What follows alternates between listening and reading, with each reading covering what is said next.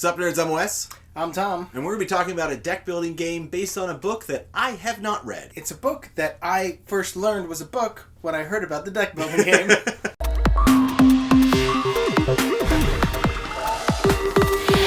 Before we get started, quick word from our sponsor, who is GameToppers. We love GameToppers. We love playing on GameToppers. If you don't have a GameTopper, you need to get one. There's going to be a link down in the description where you can do that. So Mistborn, the deck building game, is obviously a deck building game. There is a competitive and a co-op version. We're going to only talk in this video about the competitive version. If, after filming this, I somehow happen to play the co-op version, I will cut in right here. Nope.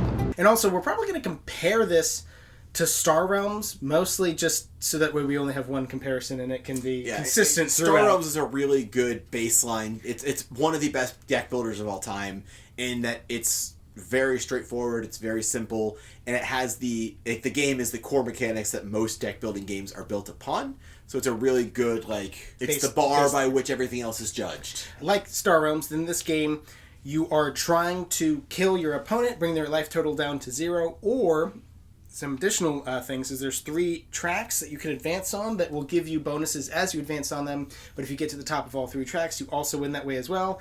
And there's also, because it's designed by John D. Clare, there is a single card, much like in Space Base, that has a you win condition on the card, which is cool. It's fun. And I like how it's in the rules as like one of the 3 ways to win the game. But you may also not even see that card come up in your game. Yeah. You're going to be using your starting deck of cards to buy better cards from the market that you're then going to play. In Star Realms, the cards have different colors, and they will have bonuses on them. Hey, this card gives you 2 attack. But if you also have another blue card of this... Did I say blue at first? I'm going to play this blue card. It doesn't give me 2 attack. But on it, hey, if I have played another blue card this turn, I will unlock that I get an additional 3 attack or whatever. No.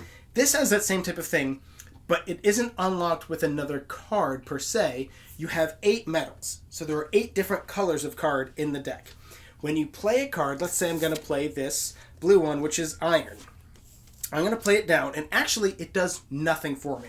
I have to burn an iron from here in order to trigger this. But if I have another iron card that I want to play,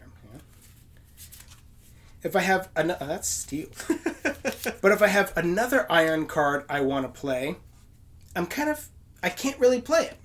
I have to burn. Because you already burned your iron for that first card.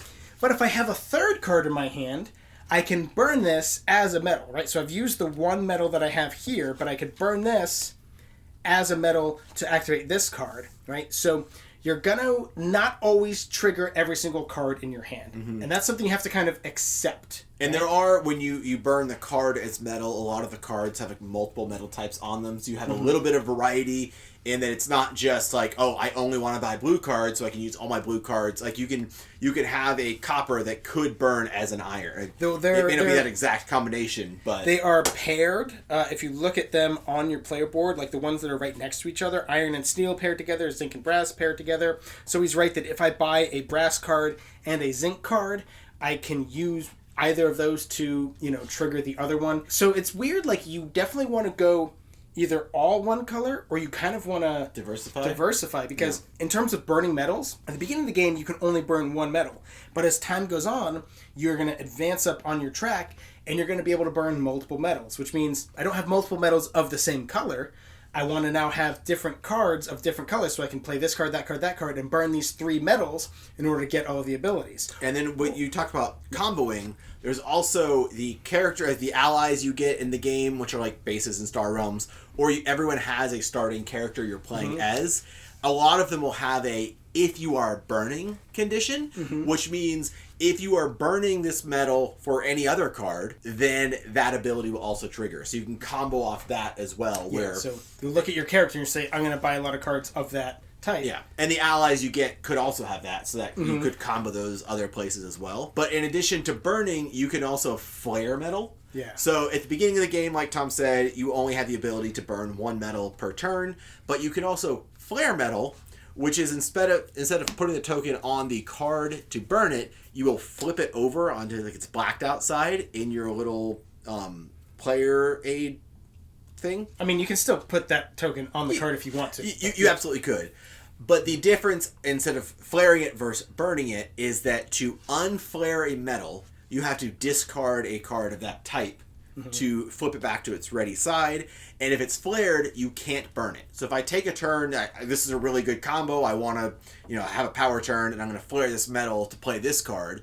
Well, when it comes back around again, that metal is still flared, and I cannot burn it until I just discard a card to turn it back over to its readied side so that I could then burn it or flare it again. And now that is basically the same as what I described earlier, is you can use one card to activate, to act as burning a metal for another card, right? In flaring, you're just doing that, but you're getting an advance on your salary, in order to do that. It is a little bit awkward in that, as I described before, like if you have two cards of the same type, you kind of can't play both. Wrong! So what I just said there isn't necessarily like 100% true. I mean, here's a scenario where it would be true. I have these two iron cards. I need to burn iron to trigger their text box, right? Like I could burn this iron to do that one. This other card is kind of useless at that point. Or I could use one of these cards to trigger the other cards. If I turn this card sideways, that's essentially burning an iron to get this text box, but then I don't get to trigger this card, but I'm freed up so I could, burn another metal to do another card, right? Like if I had 3 cards, right? But if all I had were these 2 iron cards, I really wouldn't be able to trigger both of these. So that definitely could be the case. But also, I could have these 2 cards where one of them actually has 2 text box. You notice I would need to burn an iron to trigger this one and burn an iron to trigger that one, if you see the little plus sign there. So in this case, yeah, I could turn this card sideways. It looks like a little vial. See, it's like I'm drinking it. Ooh, isn't that clever? So that'll do the first text box, and then I could burn an iron to trigger the second text box. So there's the scenario in which having 2 cards of the same color or the same metal type, whatever you call it, you can trigger more than one. Like you can use both cards. I mean, you're still, again, not triggering both of these cards, but you are utilizing the other card to get something out of it. It's not like just a dead card. So, the first scenario is probably going to happen more often, but it didn't feel right saying it that, if you have 2 cards of the same color, one of them's just dead. It's not really true. That sounds like a negative, and it kind of is. It's a little bit of clunk, a little bit of like not super fluid because there's 8 metals. Now because they pair, you can kind of see it as like, it's kind of 4, maybe I'm thinking of like, it's like effectively 6 categories because the pairs are like 1.5, whatever. But it's kind of cumbersome and there's a lot of different colors and you're like, how am I going to get a real fluid deck? However, all the cards are pretty powerful. Yeah. So even if you only get to trigger one card, it can be a pretty big deal. Like when somebody puts out an ally, right? That's, again, they stay out there until they get destroyed. I could look at that and go, holy shit, you're going to get that every turn? Oh, yeah. Dang. Oh, man. Oh, God. Oh, man. Oh, God. Oh, man. Oh, God. Oh, man. Oh, God. Oh, man. So there's also an additional metal in the game, which is the atium. I assume it's some fictional metal from the book series. It's basically their all of these metals are fictional. When have you ever heard of pewter? But the cards that require atium to play are all way powerful. All the cards are powerful. Those are like the big boss trump cards. That's the you win card has I think you have to burn like 3 or 4. I'll see if I can find it. But almost a complaint with the game is that this resource is super hard to get. Like there's a very limited number of opportunities to actually get this. So to spend it on your turn to play that card, it better be a big thing in the game because they are limited, and so once you spend it, it's gone. And it is also a wild, and I'm certain the scenario can call for it, but like I'd imagine playing that as a steal or whatever, you'd feel like you're wasting it. It would really have to be if I can play this card, I win the game kind of situation. Well, I mean, you will get it when you advance, and actually advancing on your track here does happen at the start of every turn, which I do really like that. Advancing on your track does open up to have more metals that you can burn every turn. Activates, unlocks new abilities on your player card. Yep, and then there's just giving you more of the ATM. And actually, if the game does go long enough here, if you ever advance past the track, every turn you could just gain one of those. But I feel like you're either going to die or somebody's going to win based on over there before that happens. Yeah, I know there are cards that advance your track faster, so it's not really a round tracker because early on before you trigger those things, it could be because this could be a thing you forget. You can definitely forget to move up this track. It's such a good thing, and yet it's something you won't do. But you can't look at like, oh, where are we on the track? Because your opponent could have an ability or some card that lets them advance up that track faster, which is really strong. If you can get that, that's a good thing to go for. And actually, speaking of advancing on tracks, the goals that you have up here, these tracks that you advance on, the one I put up here for our example, lets you advance on your personal track as you move up it. It looks like you only do it a couple times. Three times. These tracks have like every main aspect of the game. There's like gaining attack, gaining health, gaining advancements, gaining like they're all like good things. And I like that the dual ways to win. I really like you're either going to advance here or you're going to take your opponent down. In the comparing this to Star Realms, I do think that this is best at 2 players. With 3 players or 4 players, there is a target token where you can attack anybody's allies, but then if you're attacking a player, you have to attack the player with the target token. And it's a little bit clunky, and this is one of the rare instances where I think this multiplayer game is best at 2 players because then it really does feel like a duel. No, I definitely agree that the target and having to move it around and not being able to target the person that you want to target because, they're about to win, we need to take them out.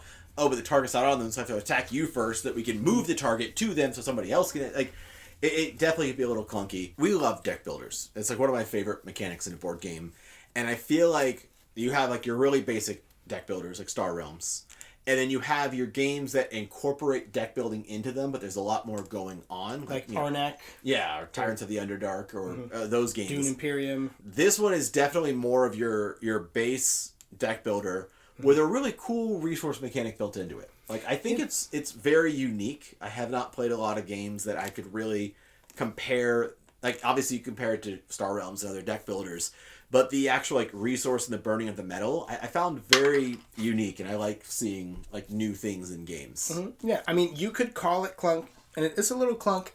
I don't know. Maybe I would maybe want to call it awkward or just a little bit off, but like, I did enjoy it. I think I even liked it more than Wes did. Yeah. I think it's really cool. Like, thematics don't really do much for me. I mean, mainly because, like, I don't know this world, but it is a cool world. Like, looking at the art, it looks cool. You know, just like when I play Red Rising, I've never read those books, but I'm looking at the art and like, that looks cool. Maybe you should read this book. Maybe I should maybe I should learn how to read. But overall, I think we do really recommend this. I'd be excited to see an expansion or more content coming out for this game. If any of what we were talking about in this video sounds interesting to you, I'm going to put a purchase link to this game in the description box down below. Go ahead and get yourself a copy. It's going to be right above the link to GameToppers, where you can check out all the GameToppers, the playmats, the accessories they have.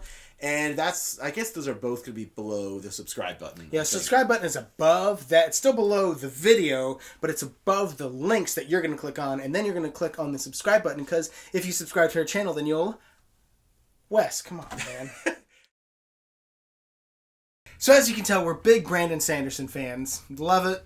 Love him like crazy. Who's Brandon Sanderson? He's the writer of the book, dude! It's right here! I came here to lead, not to read. I was elected to lead, not to read.